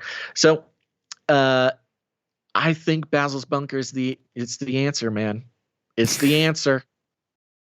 I like this. Professor Chad Huddleston, an anthropologist at Southern Illinois University, Edwardsville, said the surge in prepping is a result of an increased loss of trust in government among younger and more liberal people. I wonder if he's using that word liberal. Yeah, the next quote.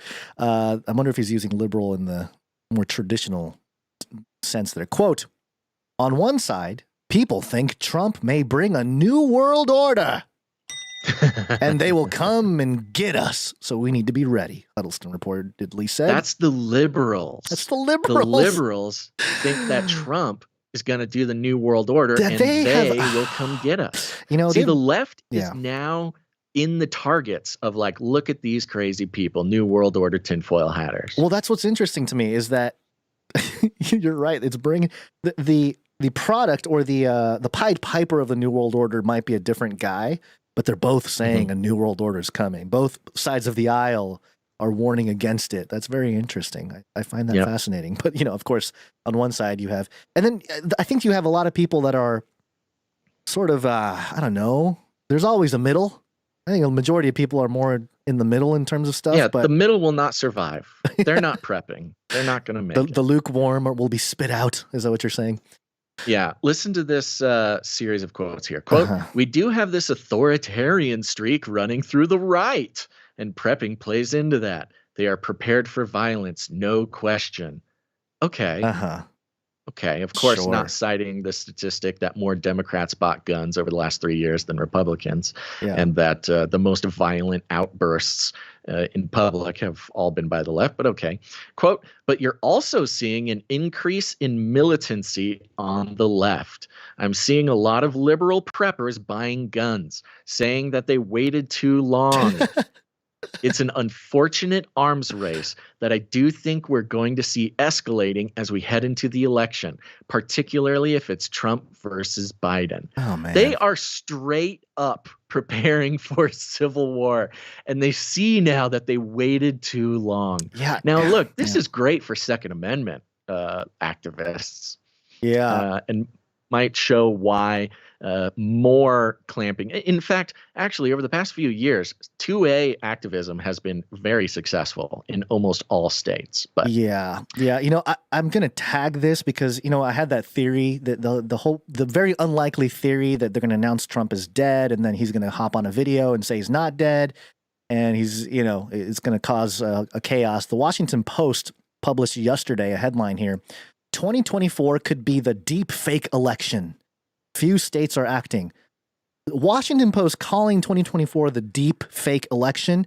Can you imagine Trump getting on video saying, I'm alive? And then everyone saying, that's a deep fake. I mean, the setup is right. crazy. And then you get all kinds of, and then you got all the people on the, boots on the ground getting ready to fight, if you're wearing a blue hat or a red hat, I guess. So just to add to the potential triggers for some kind of actual, actual chaos that could unbreak. This whole thing is based around expecting a civil war for the election, which is crazy. It is common opinion now that the election just won't happen. Yeah, I would say second to that, it's common that there's going to be a civil war. Yeah. It's great. Yeah. Wagner, that's the YouTuber, the leftist prepper YouTuber. Wagner, for her part, rejects a fear-based approach and encourages preppers to think about getting ready for community survival. Quote, listen to this. Quote, my perspective is that we are better together. Oh, boy. Okay. Just straight stole Obama. Hillary and what Obama. Was that? Michelle Obama. Was it Michelle Obama? Okay. My perspective is that we are better together, she said, adding that Jesus would slap the S out of anyone who had food and refused to help their neighbors who were hungry. So you know what? If the left wants to prep like this, somebody has got to be there to sell them their supplies. And I think it's me, Gons. I'm bipartisan prepping. It's my future. So seriously, anybody interested in getting involved in that, the time is now, because I am tired of not taking my own advice and then years later seeing the people who did take my advice be millionaires. Yeah, Hillary Clinton in 2016 pushed the better together. I mean, I think Obama was the first one, but she has a post from 2016 on X, formerly Twitter. It's a simple but powerful idea. We are fairer together. We are better together. We are stronger together. Oh, maybe there needs to be a formal deprogramming of the cult members. Yeah. Apparently, the mind control has worked very well on a generation of young Gen Zers who are prepping. At least they're prepping, Maybe that's the thing. At least you're prepping. That's what I'm saying. Get them all ready for the urban balkanization of the U.S. We're all going to break up into silos and everyone's going to be a faction instead of states. And, it's all going to be good times. Basil's Bunker is such a good name for it, too, because it's not scary. In fact, it's a little confusing because people will read it and be like, Basil's Bunker? Ooh! Like it sounds like a cooking show or something. Yeah, cooking some recipes. Which will be very non-threatening to the leftists. It can kind of give it like a little bit of a lighter touch. Yeah, I like how the quote there at the end, too, the Jesus slapping, non-violent way to go about things, but also Jesus will slap you. So I guess there's violence is okay if it's coming from Jesus, but I mean, ultimately, it is that it will be the case. Comes back pretty angry. I don't know if you've read the Bible. He has some slapping to do. That's for sure. He does. Okay, let's spend a few minutes. Do some art? Yeah, let's spend a few minutes. Actually, before we get into art, let's do a quick speak pipe. Please leave a message after the tone. At the tone, please record your message. Leave a message, beep. Message. Go to canarycrynewstalk.com. There's a green tab on the right side or the bottom. If you click on it, it will open up a little window that allows you to record an audio message on your device up to 90 seconds. It'll be sent into our little inbox, and we'll play it on air if it's for the people. If it's private, please let us know that it is private at the beginning of the message so we don't accidentally play it on air. Just a quick thank you to Travis for sending in the pre-show prayer. Appreciate that. And we like those because it sets the tone for the show. It's a great way to produce the show. We're going to kick it off with Nomen Prunte with a message. Nomen Prunte here.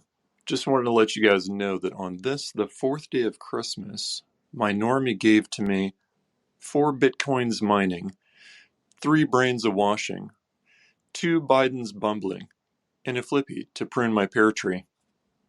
I like it. Some clone references. Great. You're wealthy because you have 4 Bitcoin. What else was there? Some brainwashing going on. I like it. I think this could become a song.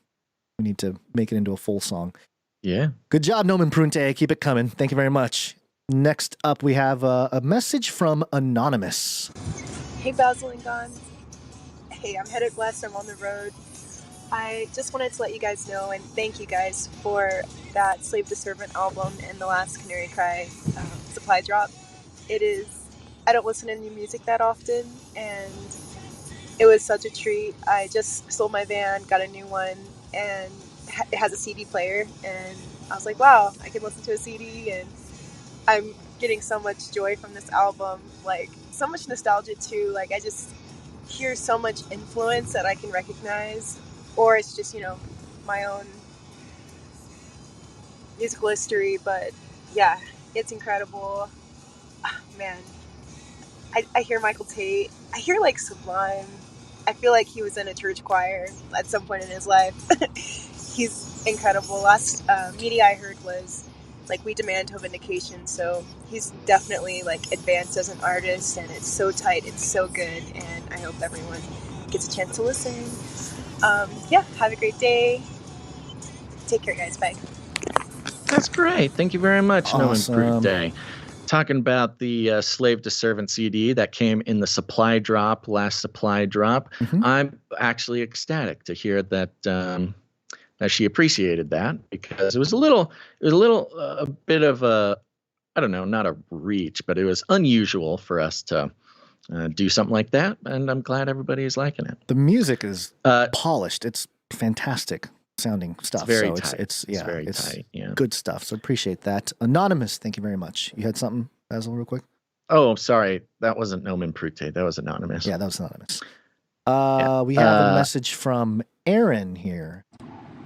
Hey, Basil and Gons. I just got done listening to your interview with Patrick Holland, and it was really wonderful and eye-opening, and I am going to do what he said to do by getting a hold of representatives on this legislation as well as senators. The great thing is my husband was in legislation, and so he knows a lot of people, and he listened to it as well. So we're going to take some action on that in the state of Montana. You might remember me. I used to go by Aaron Moffat because I gave away silver on your channel once, and you guys said my name 3 times a week for about a month, and it was great because I used to have a YouTube channel back then. I lost it. But I think it's wonderful that we are getting the community into gold and silver. It is so important, and I've been shouting it from the rooftop for years. So great to hear from Patrick Holland. He's well-spoken, and he just knows his stuff. So I'm hoping one day I'll be as good as that, and good on you guys.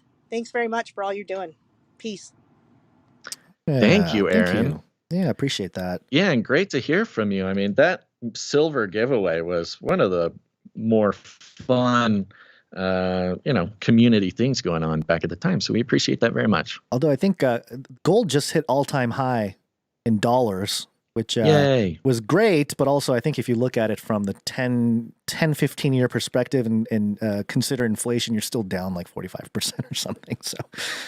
yeah, that's in dollar terms. Yeah, inflation doesn't help. Also, it got me thinking, it did cross my mind when we were reading that first story, or not the first story, but the explosion story with James Yu and how he was emailing the FBI with all the stuff.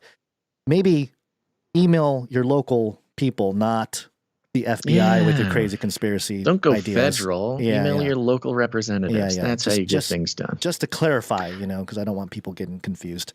There you also, go. we have not received any more information about it, I don't believe, but there will be a Missouri meetup at one of the Missouri Freedom Initiative's walk-ins or stand-ins or something. I forget what they were called. Me too. We'll find out. Yeah. But if you're the person planning that, let us know. Give us some more details. Yep. Last pair of messages here from Silly Goose, Elder Dave. Hi, guys. Elder Dave here.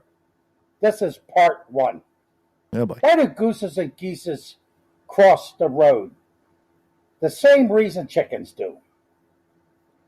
Today I have a super boomer rant. Back in the day, I got rid of cable TV because of, guess what? Advertisements. Sick and tired of advertisements. The rant was too long. So advance to part 2. Okay, part 2. The exciting conclusion, part 2. So I got this YouTube now, and one day they put a banner over top of my page. No. You have an ad blocker. I couldn't see anything. I had to disable it. Now I got to watch advertisements. But nobody has made a dime advertising off of me because, wait, I gotta run out and buy that. No, That's not true. And I don't even pay attention to these ads. My brain totally blocks them out. And then these ads with a little box. Skip ad in 3, 2, 1. Boom, gone. Skip ad. That's what I wanted to do in the first place. With that, God love you, I love you, and 3, 2, 1. Have a nice day. Oh, He gave us some, and we want to go home. Got to get a honk from the goose. I think Silly Dave might be crack open the wine bottle or something there. Just sounded like he's just having fun. I will say, I'm sorry to give you the bad news, Silly Goose Elder Dave, but the studies show people who think they are immune to advertising are the people who fall victim to it worse than people who don't. That's what does that mean? Studies. That's what they operate off of. There is definitely lots of people making money off of advertising to you. Yeah, yep. All right. Thank you for all the speak pipe. We appreciate that. It's a way to really connect with the community here. And speaking of which, we're going to thank some producers coming in with their talent. Yep. Audio production.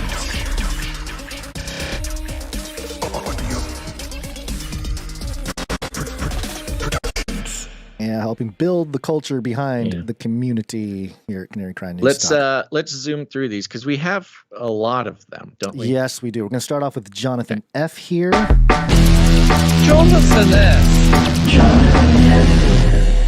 And this, we're going to keep this in the back pocket here because I believe Sir LX Protocol V2, who is the streaking executive producer, will get to this level here. But Jonathan F. has a note. Hello.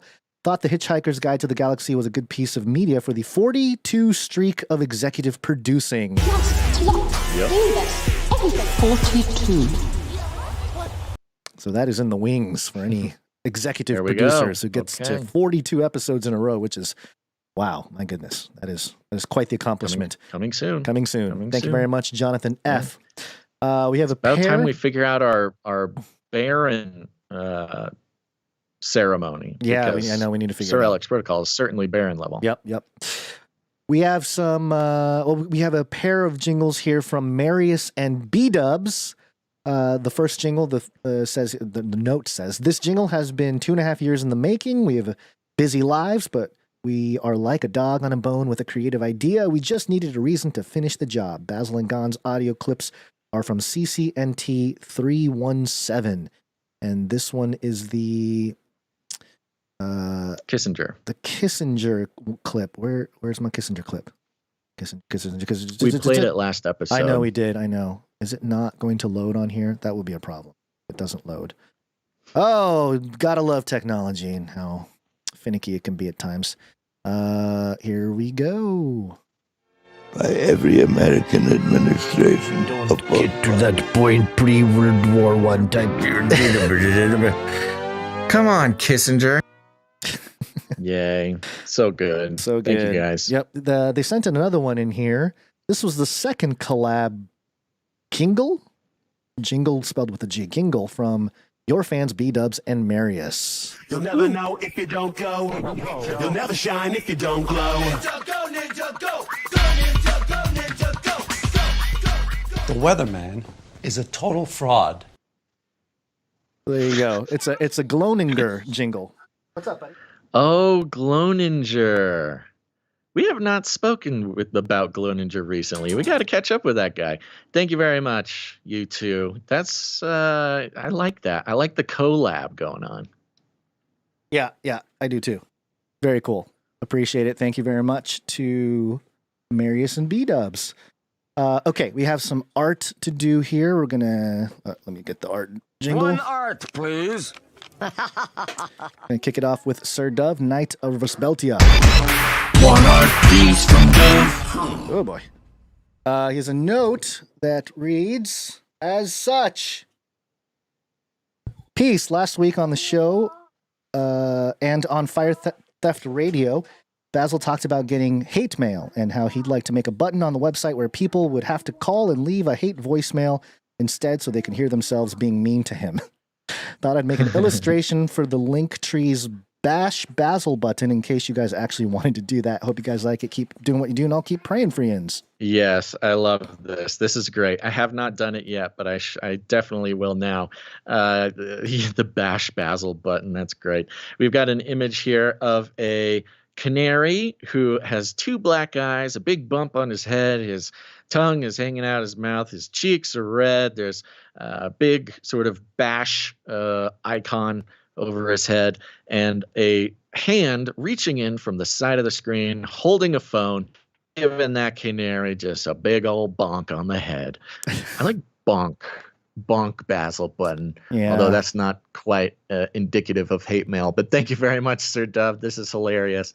I will definitely make this available. Also, bonk is a very popular meme coin, the #1 meme coin on the Solana network. So you probably that makes sense. There you go. Thank you very much, Runk Smash. Or not Runk Smash. Sir Dove, Knight of Versatility. Thank you very much. Okay, we have another piece here from Pizza Rat. Do you want to read his note? This is kind of a longer note, but I think it's to you, so we can. If you don't have it, I can do it. Yeah. So this is. I don't know if we need to read the whole thing. It's a very long note. Yeah. But I had mentioned that his style was sort of punk rock. So he responds to that. He says, it's funny. You would describe my style as punk rock. You flatter me, sir. The two artists that have inspired and turned me on the most were Jim Paget and Raymond Pettibone. Both are way better than me. Then it goes into the history of these two fellas. Pettibone was the brother of Greg Ginn, Black Flag's guitarist. I nailed it. This is punk rock style. The punk rock art movement has directly been responsible for Pizza Rat's style in his art. Black Flag. That's Henry Rollins, I believe. Henry Rollins was a pretty interesting guy. Did you ever listen to Henry Rollins stuff? Like he had like these spoken word things. It wasn't exactly stand up. He just tells stories, and they're very interesting. I mean, he almost died a couple times from gunshots and stuff. It's crazy, but crazy. Yeah. It is interesting. He did send a lot of very interesting history. I mean, talking about Black Flag Records, other bands, including Husker Du, Sonic Youth. His style is stark and more critical of government. And then going down the rabbit hole from this guy named Raymond, came from a Scientologist family. The Illuminati even had their fingers in hardcore, one of the most DIY grassroots movements in American history, talking about hardcore music. Jim Paget was the illustrator of the children's Read and Grow picture Bible. That's interesting. The very root of my desire to draw came from this book. Talk about how he had one. His grandmother gave him one. Very interesting. Just seeing if there's any more. It says, Gons, if you do not have a copy of this to read to your children, do you have the Read and Grow picture Bible? No. Oh, well, maybe you're going to send one to the P.O. box. Yep. Oh, by the way, I need to update that. We do have a P.O. box now, so I need to update the we do have a new P.O. box. We will put it on the next email. We'll update everything, hopefully today. But anyways, Sir Dove, he gives a thank you to Sir Dove. He said, Sir Dove, thanks for the shout out. I'm flattered that you even know who I am. I wish I were able to spin out that much material. It's truly awe-inspiring. I'm working on my version of your character presently. See, watch out, Sir Dove. We got Pizza Rat on the move here. Yep. I may offer 2 or 3 options. Can't decide. Okay. Also, that guy who does the ducks or canaries or whatever and seems to escape from New York. His name escapes. I'm not exactly sure who he's talking about there, but he's working on people. He's working on characters for the Canarium. This is what I'm talking about, folks. Maybe we could do like a punk rock zine, and we'd get Pizza Rat to illustrate it for us. NFTs, bro. I was thinking about zines. That's such a big part of American sort of countercultural history, and when society collapses, zines will be the most important. Trade food for zines. Yeah, we could do like a zine subscription. Yeah. All right. Or just Yeah. throw it all out of airplanes and let it waft down into the post-apocalyptic landscape. Sure. Anyways, he says, thanks for doing what you do, and I'll keep praying for you. Pizza Rat. Thank you, Pizza Rat. Appreciate it. We have a few things here from Sir Darren Knight of the Hungry Panda. Night of the Hungry Panda. He has joined the exclusive Babysitters Club and access to Basil's Buddy Royale live stream content sponsored by the Value for Value producers. This is great. We've got Sir Darren putting these professional-looking advertisements together. Yeah. And this one is based on the style of GTA, Grand Theft Auto, because GTA 6 was just announced. It's really big right now. So, of course, this is going to catch the eye of young Grand Theft Auto aspiring criminals. And it says this is the Babysitter Club one, right? Yeah. I can play the audio here real quick. I mean, it's the same background here. Do it.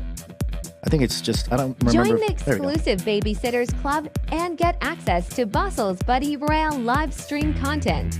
Why? Because even though this is a fake ad, Gons has real babies. This fake ad is sponsored by the producers of CCNT. Buck-Caw. I love it. Buck-Caw. Buck-Caw. Sir Darren is the model social media guy when it comes to being a producer of the show. I mean, his whole page is dedicated to the handle, Sir Darren Knight of the Hungry Pandas. Yeah. He posts all the social media. He tags us. He's doing it right. Yeah, so everybody out there on Twitter or X, when you see us retweet, first of all, go follow Darren Knight of the Hungry Panda. Yeah. He has 64 followers, which is just a shame. Yeah, and I will do everything in my power to make sure that I can get as many followers for Sir Darren as possible. Not only because he deserves it and is talented and a faithful producer of the show, but also his work is incredible. I am scrolling to try to find his handle here, but I will do that momentarily. It's at Hungry Panda, I believe. If you see us... Yeah. I'm sorry. At Panda Upgrade is the handle. At Panda Upgrade. Yep. Yeah. Go follow at Panda Upgrade. And when you see us retweet or you see him post something awesome, retweet it, like it, and bookmark it. Bookmarking is the secret sauce over on X right now. And this ad is great because it's got a GTA style young woman, waifu style with the teal hair holding one of the Canary Cry energy drinks. There is a spoof of an Xbox game box, and it's Basil Box, which is a great name for a prepper box too. It says Canary Cry News Talk 33 Basil's Buddy Royale. A lot of video game inside jokes here that I won't explain. But yes, this is excellent. Thank you very much. And we got to put all of these video ads that he's put together into the pre-show, I don't know, stream or whatever. Yeah, we'll make it loop. We have one loop. Maybe we'll right now. play it. If we put them all together, I'm sure there's a couple minutes. We could play it in, as the countdown. Yeah, we can do something like that. Definitely do that. Yeah. He did put together a Babysitter Club one too, which is fantastic. It's me freaking out. Yeah, we'll do that one on the next show. Yep. There you go. Thank you very much to Sir Darren. We have one more here, and this is from Caleb. He just said art on this. Actually sent a couple things here. Yeah, the first one, this is what I was talking about when I disappeared and left you all alone, Basil, for the end of the show. And I said how, it might have been God saying, hey, Gon, step aside, let Basil shine. Well, here's what I'm talking about. Play. Of course it's a video he put together. It is a video. An error? Why is there an error? No error. Come on. Do not error. Yeah. Here we go. Someday you got a podcast, and other days you don't podcast. Some days things don't go right, but you gotta wake up, go to sleep at night. You gotta put those names in the spreadsheet. You gotta put those names in the spreadsheet. You gotta put those names right in that spreadsheet and keep looking up to Jesus. Came to a crossroads while podcasting one day. My co-host went one direction, I went the other way. I was alone on the air with no soundboard at my side. So I'm just singing the sounds to make it right.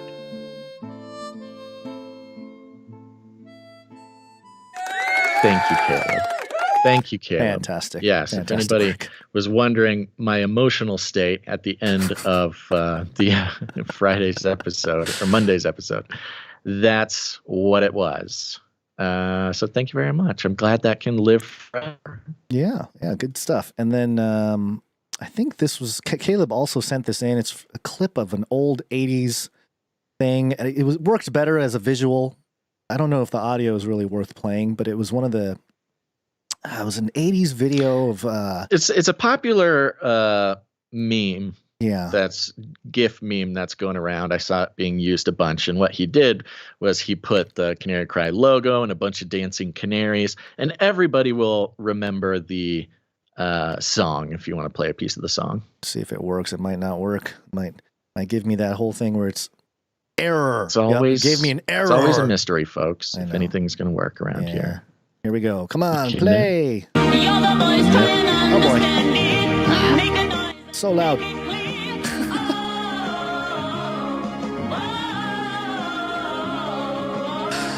Are we going to get a copyright strike? Probably. Yeah. So Okay. that's what we'll post it on our social media. Let's not get the copyright strike. But that was a sort of a infamous, I think, 70s or 80s song that was written about the Israeli-Palestine conflict back then. And yeah, that's great. But I mean, that's perfect. Getting our logo on highly relevant retro music videos. Yeah. All right, that's it for that. We have a couple microfictions to cover here. Okay. Microfiction. Didn't see one from Runk Smash, but I did see one from Stefan S. that we need to catch up on. Steven! So here we go with that. In the recent Buy My Tech marketing meeting, boss, Hooters has shut down the product test of the robotic waitresses in their restaurants. Lone Scum lamented, "Too bad.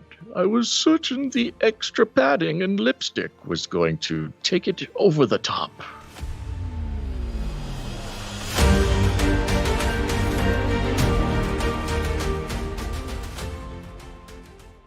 This was in regards to the robots are servicing short-staffed restaurants, but what happens to the human waiters?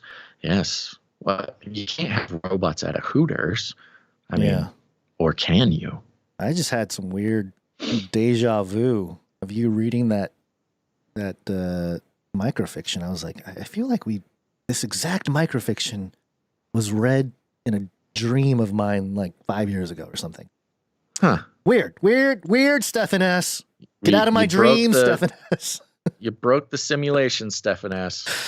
All right, that was weird. Okay, Jolmes coming in with the next part of his microfiction. Yes, more of the lonely space ship microfiction. Yeah, here we go. A beam hits her window. A light crack slithers from the impact site, sucking out the air with a hiss. An overhead HUD rings out multiple integrity breaches. Fuel, oxygen, shields. Nodding them away dismissively, she looks ahead to an opening into part of the comms central's docking station and maneuvers cleanly into it. The two other ships split up in response, attempting a pincer on both sides of the chunk.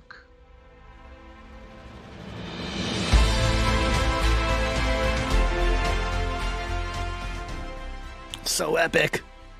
So epic. Thank you very much, Jolmes. Thank you, Jolmes. Keeping up with the series there. Appreciate that. That's it for the producers coming in with your talent. Thank you so much. Appreciate all of you helping us build the culture behind the community here.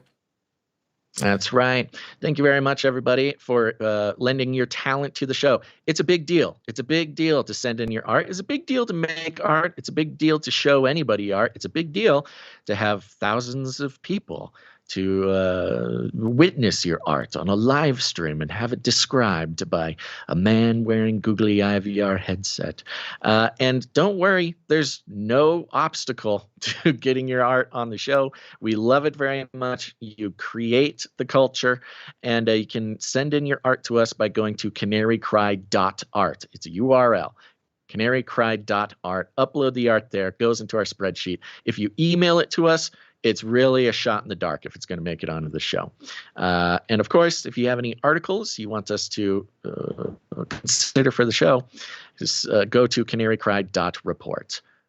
And remember the little song, canarycry.support, canarycry.report, and then there's always canarycry.art. Doop-a-doop-boop. All right. Good stuff. I have to go pick up my daughter. Okay. Get on out of here, little guy. I know. That's fine. We'll do the Nephilim update next episode. Thanks, everybody, for tuning in.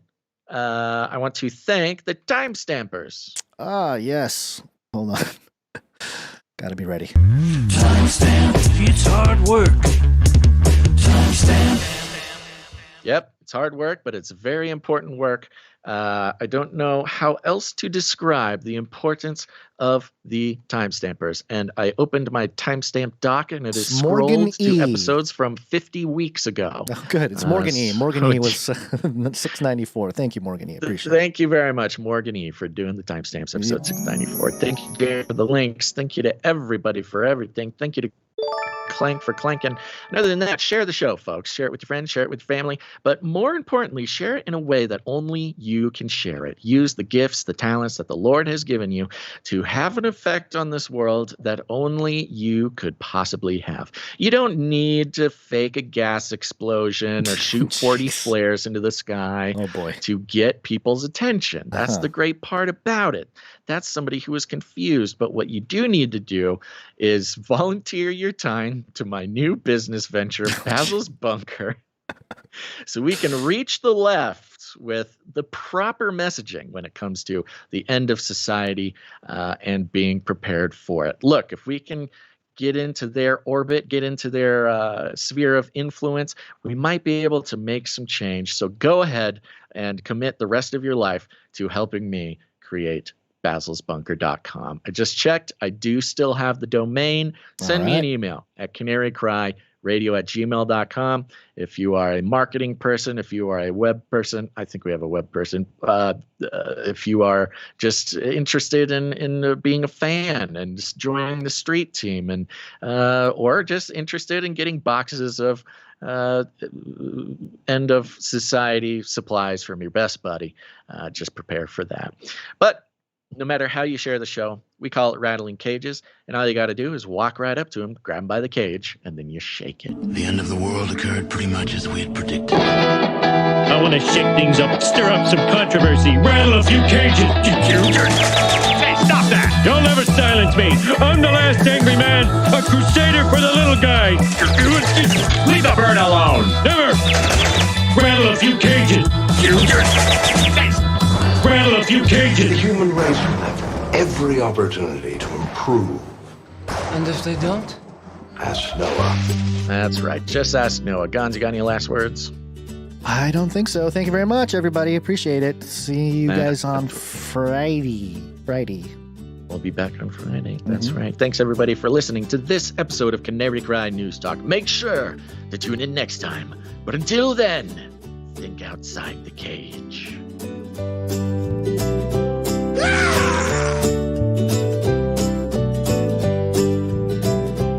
We're all gonna die. This is not about freedom or personal choice. Give me a break. I'll keep you warm and safe in my people's zoo. I've ordered more pills than anyone in the world. Toilets! Toilets! Feed him more.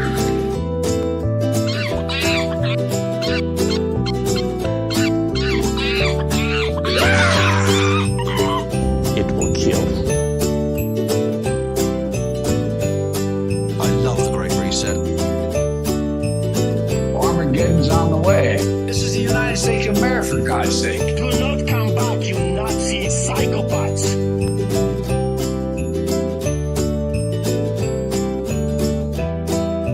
Wrap it up. Give me a break.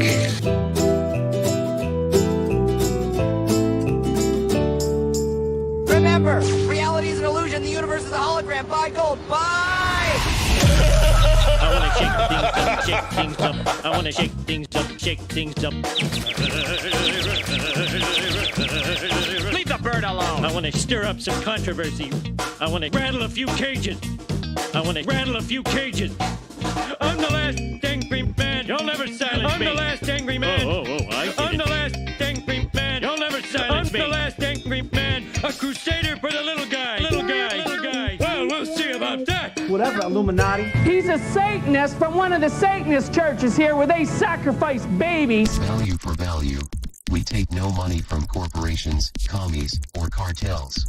Canary cry, that's a poet. Bye-bye.